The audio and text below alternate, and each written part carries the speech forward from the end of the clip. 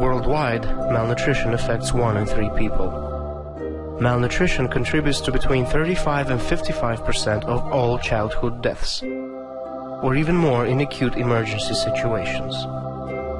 There are 2 common types of malnutrition.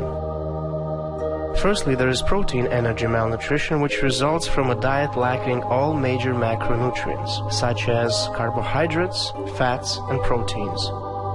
Secondly, there is nutrient malnutrition caused by a diet lacking essential vitamins and minerals. Malnutrition can cause several conditions, such as kwashiorkor, which commonly manifests itself through accumulation of fluids in the tissue, marasmus when sufferers appear skeletally thin, or stunting, a long-term effect of malnutrition resulting in short height or length for a particular age. Using this knowledge, one can easily assess if a child is malnourished.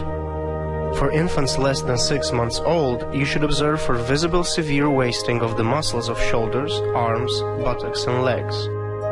In extreme cases, there may be folds of skin on buttocks and thighs. Other indications are if the child's ribs can easily be seen and if the legs appear small compared to the abdomen and waist.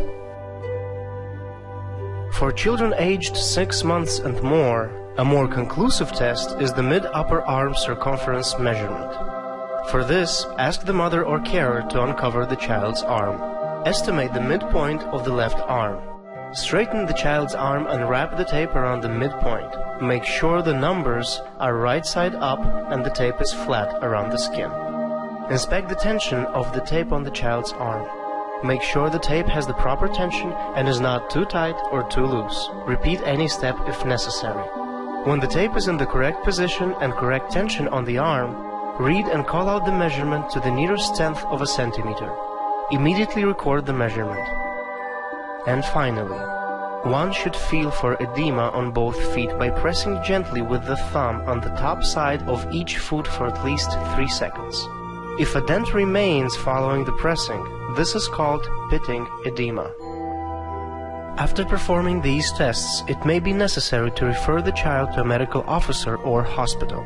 If a child under 6 months has visible signs of severe wasting or edema of both feet, they must be referred. If a child older than 6 months has a mid-upper arm measurement of less than 11.5 centimeters or pitting edema and a medical complication such as pneumonia, diarrhea, and fever, they must also be referred.